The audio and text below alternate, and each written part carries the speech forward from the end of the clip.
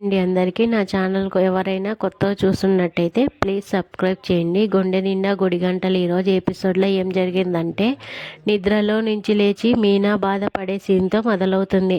తన టైం బాగాలేదని రోహిణి చెప్పిన విషయాన్ని గుర్తు చేసుకుంటుంది. తలకు దెబ్బ తగిలింది, రేపు ఏమవుతుందో అని టెన్షన్ పడుతుంది. ఇదే విషయాన్ని బాలుతో చెప్తే అతను లైట్ తీసుకుంటాడు. భవిష్యత్తును భయంతో చూస్తే అలాగే కనిపిస్తుందని ధైర్యంతో చూడాలని ఉంటాడు. అలాంటివి నమ్మొద్దని ఆమెకు సర్ది చెప్తాడు. ఎక్కువగా ఆలోచిస్తే తలనొప్పి వస్తుంది, పడుకోమని అంటాడు. ఇటు రవికి రాత్రి వేళ నీతు ఫోన్ చేస్తుంది. అప్పుడు రవి, శృతి గాఢ నిద్రలో ఉంటారు. ఆ సమయంలోనూ ఒక కొత్త వంటకం గురించి రవికి నీతు చెప్తుంది. తన నిద్ర డిస్టర్బ్ చేయకు, బయటకు వెళ్ళి మాట్లాడుకో అంటూ రవిని తంతుంది శృతి. దీంతో అతడు వెళ్ళి గది బయట పడతాడు. అక్కడ కూడా రెసిపీ గురించే మాట్లాడుతుంటారు. మరోవైపు ఉదయాన్నే మీనా లేచి వంట చేస్తుంటే బాలు ఆమెతో గొడవ పడతాడు. ఈ పరిస్థితిలో ఈ పనులు అవసరమా? ఇంట్లో ఇంతమంది ఆడవాళ్ళు ఉన్నారు కదా అని అంటాడు. కానీ మీనా మాత్రం తనకు బాగానే ఉందని చెప్తుంది. అంతేకాదు, పూలు ఇవ్వటానికి బయటకు కూడా వెళ్ళాలని అంటుంది.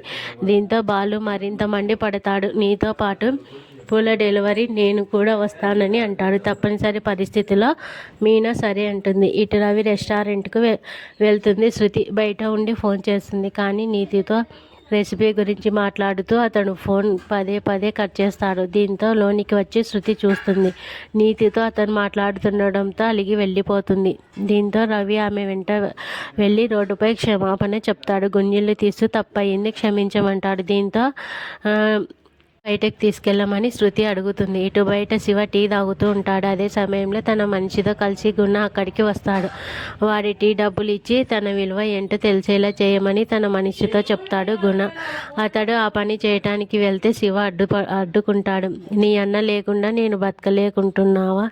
అవసరం లేదు, వెళ్ళి చెప్పు అంటూ అతనితో శివ గొడవ పడతాడు. ఇక రవి, శృతి స్పెషల్ డేట్కు వెళ్తారు. ఓ పంజాబీ రెస్టారెంట్కి వెళ్ళి అక్కడ తనకు నచ్చిన డిష్ ఆర్డర్ చేస్తాడు రవి. అది తిన్న శృతి చాలా బాగుందని అంటుంది. అయితే దీనిని తమ రెస్టారెంట్లోనూ స్టార్ట్ చేయాలని నీతు చెప్పిందని రవి అనడంతో శృతి మళ్ళీ గొడవ పడుతుంది. ఇక్కడ కూడా పని గురించి, మీ బాస్ గురించే మాట్లాడతావా అంటూ కోపంతో నీళ్లు రవి మొఖాన కొట్టి వెళ్ళిపోతుంది. ఇక మీనాకు పూల డెలివరీ కోసం బాలు తీసుకెళ్తాడు. ఇద్దరు కలిసి ఒక చోట టీ తాగడం చూస్తాడు గుణ. తనకు రెండు చేతులు లేకుండా చేసిన వాళ్ళపై పగ తీర్చుకోవాలని అనుకుంటాడు. వాళ్ళు బండిపై వెళ్తుంటే తన కారుతో ఢీ కొట్టాలని తన మనిషికి చెప్తాడు. వేగంగా వాళ్ళ వెంట వెళ్తాడు. అది గమనించిన బాలు బండిని పక్కకు తీసే క్రమంలో కింద పడతారు. వాళ్ళు తప్పించుకోవడంతో గుణ అసహనం వ్యక్తం చేస్తాడు.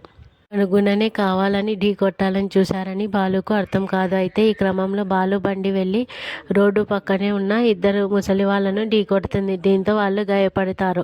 వాళ్ళ దగ్గరికి వెళ్ళి క్షమాపణ చెప్పి డబ్బులు ఇస్తాడు బాలు. తమ పిల్లలను పెంచి ప్రయోజకులను చేస్తే వాళ్ళు ఇలా వదిలేసి వెళ్ళారని వాళ్ళు చెప్పడంతో బాలు, మీనా బాధపడతారు. ఇక మరోవైపు మౌనికకు టెస్టులు అంటూ సంజు హాస్పిటల్కు తీసుకెళ్తాడు. ఏం టెస్టులు చేయించాలని తల్లి అడిగితే తమకు పిల్లలు పుడతారో లేదో అని తెలుసుకోవడానికి అనుకుంటాడు. నువ్వు కాపురం చేస్తే తెలుస్తుంది కదా అని తల్లి అంటుంది. కానీ లోపం ఎవరిలో ఉందో తెలుసుకోవాలి కదా అని మౌనికపై అనుమానం వ్యక్తం చేస్తాడు సంజు. అతనికి తండ్రి కూడా సపోర్ట్ చేస్తాడు. దీంతో మౌనిక షాక్ తింటుంది. అక్కడితో గుండె నిండా గుడి గంటలు ఈరోజు ఎపిసోడ్ ముగుస్తుంది.